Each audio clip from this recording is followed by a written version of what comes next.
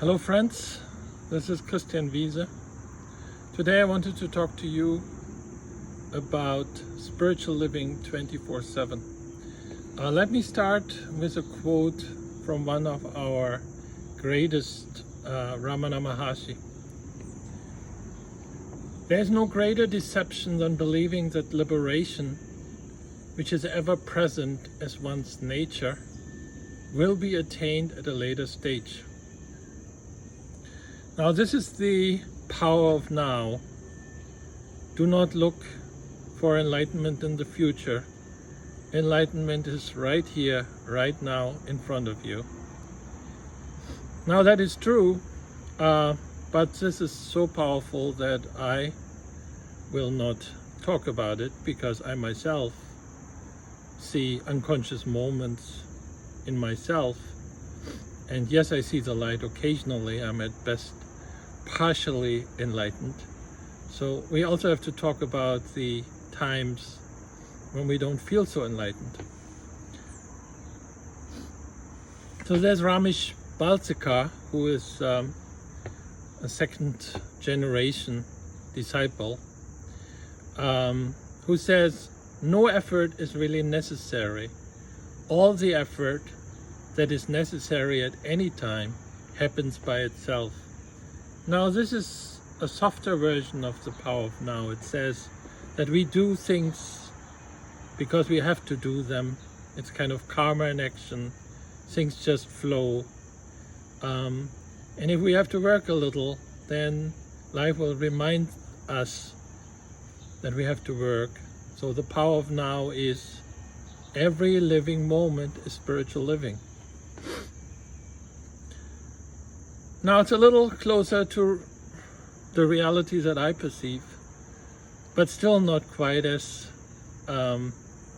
soft as I would like it to be. So I have observed in myself that there's really a very bipolar world that I'm facing. One, the times when I realize that there is self-involvement, and the times when I see the light, when everything is just flowing through me, and I live in that bipolar world. And spiritual living, of course, is trying to be there all the time. So what to do?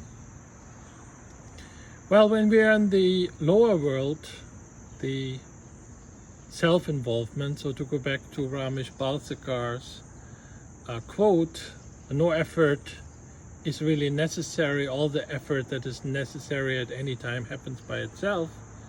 Sometimes we hear a story when we do things and they go really well and people love us.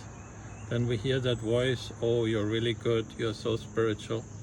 Yet it's a voice of self. And when things don't go so well, when nobody clicks on our post and everybody hates the video that we put out, and we get depressed. And once again, it's a voice, a commentary that is not really necessary, and we can be aware of those things. So at any point in time, we can have the observation, the mindfulness, to be in tune of the dimension that we are in, of the energies that are flowing through us. So if you're interested in that whole subject, I've just written an entire book on it. It's called Breaking Free. Lose yourself, and self is written in small letters. Find yourself, and self in capital letters is an acronym standing for serenity, energy, love, flow. And I think this gives us 4 dimensions of something to be mindful of. Starting with serenity, I already mentioned the commentary in our head is always an indication that there's self-involvement, because if we really do what we are meant to do, it's pure being. We do not need any commentary at all. Things just happen. So serenity, stillness of mind, is the first dimension that we can always be aware of. The second is energy. I hope you have realized that we are, in essence, energy. When we're really on, you feel that warm connection, the warm temperature. It's not fever, but it's warm.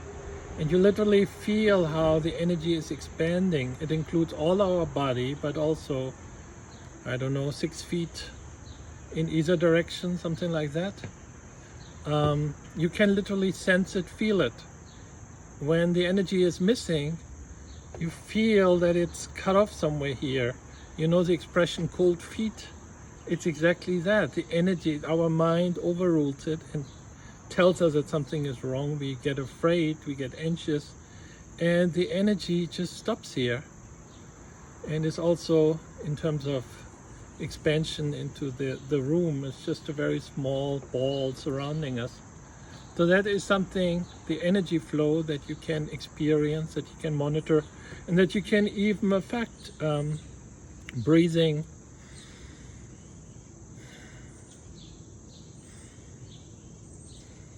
literally lift the energy up into the crown center. It stills the mind. You can observe all those things and you can affect it.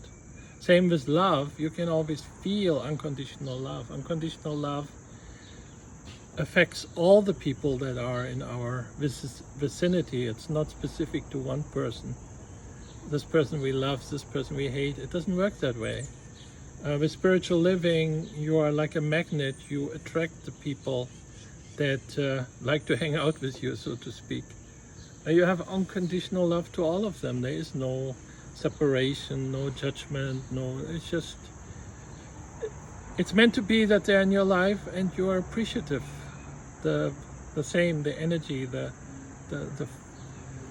warm, cozy feelings, it includes the people that surround us. And lastly, the flow is pretty much the same idea of the energy, only this time vis-a-vis the outside world. You can literally feel the energy in the room. When somebody enters the room, you can see, is that person bringing in the light, or is that person actually bringing tension? That's something that you can feel. And instead of always saying, oh, I wish that person had not entered, you once again use it as an opportunity to see, what is it about me that has attracted that person? What message does he or she have? Remind me why I'm out of equilibrium. I wouldn't have figured this out by myself.